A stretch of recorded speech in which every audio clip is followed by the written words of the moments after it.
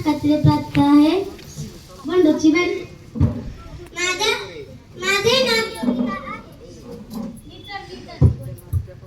माझे नाव योगिता आहे. माझ्या नाटकातले पात्र बंडूची आई. माझे नाव अंजली आहे. माझ्या नाटकातले पात्र बंडूची बहीण आहे. बावची गावचा बंडू शांत व कष्टाळू. आपण मुलांना आपलं काम भलं असा त्याचा दृष्ट. सकाळी सकाळी उठून शेतात जायचं, सकाळचं काम आटोपून संध्याकाळी घरी यायचं. घरी आल्यावर आपल्या मुलीशी खेळायचं, कट्ट्यावर चक्कर मारायची, परत जेवायच्या वेळी पुन्हा घरी यायचं असा त्याचा दिवस. एका वर्षी पीक पाणी बरं झाल्यावर बंडूंनी कुटुंबासाठी नवीन कपडे आणि स्वतःसाठी इजार शिवली.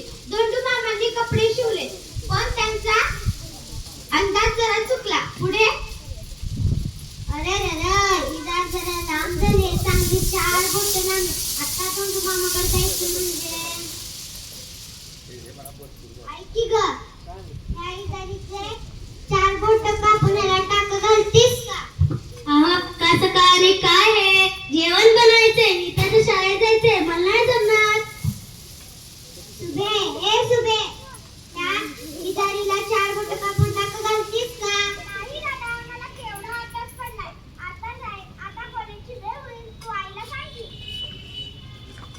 आई त्या इजारीचे 4 बोट कापून टाक घालतीस का? तिकडे तुझी इजारी तर वैरण कापून आईने इजार एका कोणाला फेकून दिली. बंडू हिरमुसला होऊन शेताकडे निघाला. सकाळी इजार दुरुस्त करायला पाहिजे होती. बंडूची बायको इजारीचे पाय कापते आणि दुमडून टाके घालते. आपला भाऊ किती राबतो, कष्ट करून मला कॉलेजला पाठवतो. मी दादाचं इतकंही काम करू नये.